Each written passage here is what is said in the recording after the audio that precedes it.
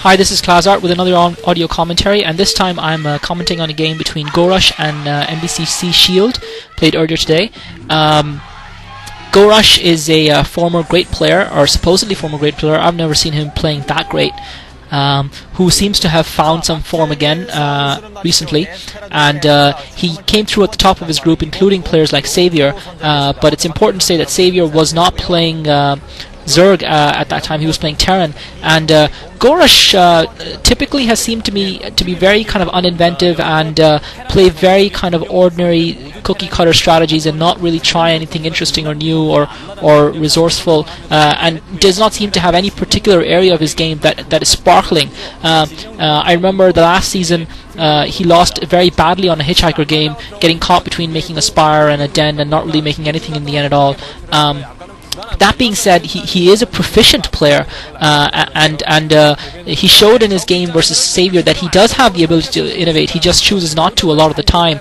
I have seen him innovate in that game on Desperado, where he went for two hatch strategy to begin with and fast lurkers, and then taking a third hatchery in a new main, and thus having 4 gas and going mass mutalisk. So that was very innovative. It was a new strategy that we haven't seen before on that map, and so GoRush does have the ability to play an interesting and exciting game. Let's hope he can do this here. I think he was motivated very much so by Saviour's comments and Saviour slagging against him, and he responded very well to that kind of mental pressure. So it'll be interesting to see how he comes out here against C. The other thing I would say is that GoRush hasn't really been tested up to this point. So far his games have been against kind of weak Terrans who don't necessarily seem to be that proficient at Terran versus Zerg. Okay, he did play Savior in his group, but Savior was playing Terran, and certainly Savior, by his own admittance, had no practice versus the 2 hatchery strategy that GoRush employed.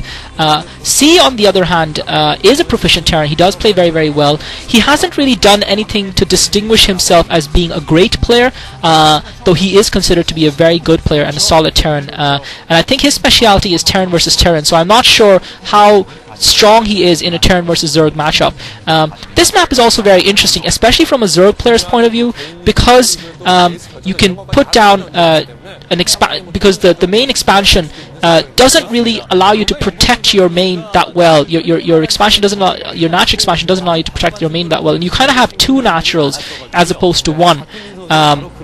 So it'll be interesting to see how GoRush copes with that, because you do have this kind of ramp leading into the natural expansion that allows you to attack it.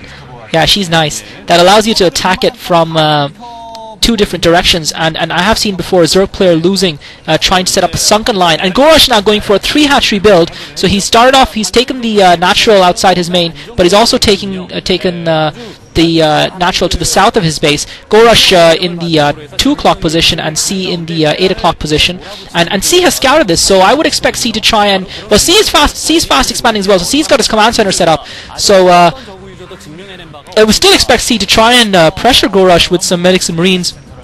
But so far he hasn't even started getting his gas. Okay, he's just started getting his gas now, and so C setting up a fast expansion. So it looks like we might be in for a longish game here, with both players expanding and GoRush actually going for the 3 hash strategy. C is still scouting in GoRush's base with that SCV, so it'll be so he knows exactly what GoRush is up to, and GoRush might want to, in terms of morphing to lair tech, use his expansion hatchery, or wait until he's killed off that SCV. He's produced a couple of Zerglings there. C now starting off his academy, so he's going to make a couple of medics and marines to pressure GoRush. And as I said, that expansion, the natural expansion, is fairly hard to defend on this map in terms of setting up a sunken line, because the marines can just come around from behind and take it out. So it'll be interesting to see how GoRush copes with that. Fast lurkers, I suppose, would have been away, although they probably wouldn't have been up in time. And C still with that SCV. GoRush really needs to kill that, because C is just getting the scout information on GoRush, but he's seen GoRush tech to lair, so GoRush should try and make a couple of sunkens. See, the difficulty with that base is where do you position your sunken, since it is vulnerable from kind of 2 sides. And that could lead to a problem for GoRush if C does choose to come around. C only has a single barracks though, so it'll be interesting to see if he starts making more barracks, or if he decides to go for the traditional Terran push strategy and makes a factory.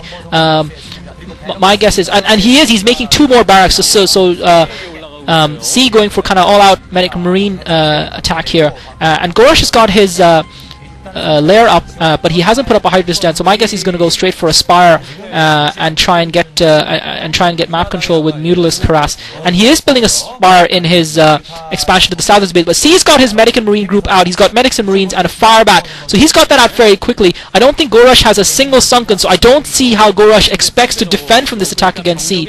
I have to say, this is the kind of complacency that I typically associate with Zerg players, where okay, never mind, GoRush is setting up those Sunkens. We hadn't seen his base in a while, so he's got 2 Sunkens in either way, and you can see here the problem presented by having that dual area from which the natural expansion of the Zerg can be attacked. It makes it very, very difficult to defend. And C going in now with his Medic and Marines. There's only 1 Sunken up in that place, and even though GoRush has spent resources to build 4 Sunken, he only effectively had 1 Sunken up, but the second Sunken came up just in time to defend that attack. So I do think that this map is a little bit unfair against Zergs in that respect, that, you know, in order to have the same defense that you would get from 4 Sunkens, you actually have to put up 8 Sunkens, and that little ridge up above is probably great for sieging